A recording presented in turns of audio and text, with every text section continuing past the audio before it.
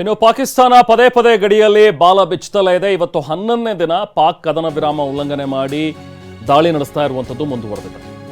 ಕುಪ್ವಾರ, ಪೂಂಚ್, ಬಾರಾಮುಲ್ಲಾ ಇಲ್ಲೆಲ್ಲ ಭಾಗಗಳಲ್ಲೂ ಕೂಡ ಇನ್ನು ಫೈರಿಂಗ್ ಆಗ್ತಾ ಇದೆ. ನಮ್ಮ ಸೈನಿಕರು ಕೂಡ ಪ್ರತಿದಾಳಿಯನ್ನು ನಡೆಸಿದ್ದಾರೆ. 11ನೇ ದಿನ ಇವತ್ತು ಕೂಡ ಕದನ ವಿರಾಮವನ್ನು ಉಲ್ಲಂಘನೆ ಮಾಡಿ ಪಾಕಿಸ್ತಾನದ ಸೈನಿಕರು ಈ ಕಡೆ ಗುಂಡಿನ ದಾಳಿ ಮಾಡ್ತಾನೆ ಇದ್ದಾರೆ. ಅವ್ರಿಗೆ ತಕ್ಕ ಉತ್ತರ ಭಾರತೀಯ ಪಡೆ ಕೂಡ ನೀಡ್ತಾ ಇದೆ. ಬಾರಾಮುಲ್ಲಾ, ಕುಪ್ವಾರ, ಪೂಂಚ್ ಇಲ್ಲೆಲ್ಲ ನಡೀತಾ ಇರುವಂಥ ಫೈರಿಂಗ್.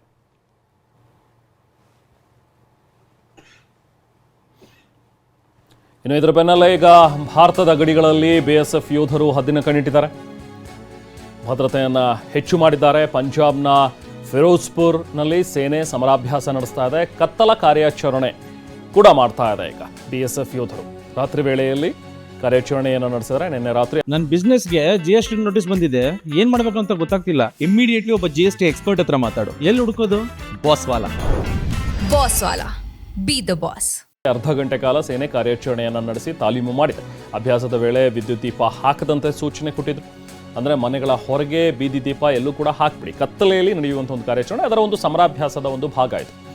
ಅಂದರೆ ಸೇನೆ ಮಾಡ್ತಾ ಇರುವಂಥ ಈ ಸಮರಾಭ್ಯಾಸ ರಹಸ್ಯವಾಗಿ ಇರಲಿ, ಗೊತ್ತಾಗಬಾರ್ದು ಅನ್ನುವಂಥ ಒಂದು ನಿಟ್ಟಿನಲ್ಲಿ ಭಾರತದ ಗಡಿಗಳಲ್ಲಿ BSF ಯೋಧರು ನಡೆಸ್ತಾ ಇರುವಂಥ ಕಾರ್ಯಾಚರಣೆ.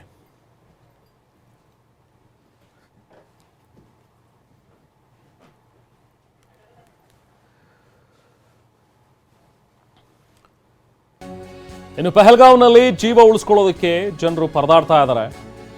ಗುಂಡಿನ ಸದ್ದು ಕೇಳ್ತಾ ಇದ್ದಂತೆ ಮಾರ್ಕೆಟ್ನಿಂದ ಓಡಿದಾರೆ ಜನ.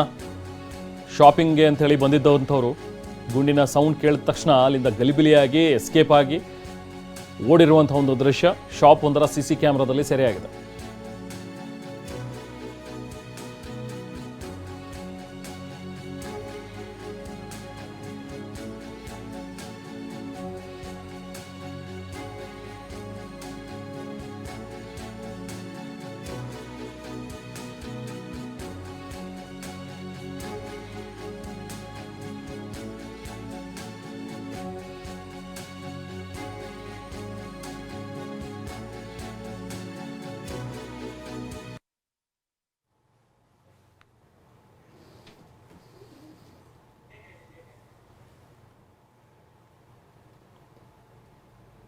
ಸೊ ಈಗ ಗಡಿಯಲ್ಲಿ ಸೇನೆ ಕಟ್ಟೆಚ್ಚರ ವಹಿಸಿರುವಂಥದ್ದನ್ನು ನೋಡ್ತಾ ಇದ್ದೀವಿ. ರಾತ್ರಿ ವೇಳೆಯಲ್ಲೂ ಕೂಡ ಒಂದು ಕಾರ್ಯಾಚರಣೆಯನ್ನು ನಡೆಸಿ ತಾಲೀಮು ಮಾಡಿರುವಂಥದ್ದು ಸಮರಾಭ್ಯಾಸದ ಒಂದು ಭಾಗ.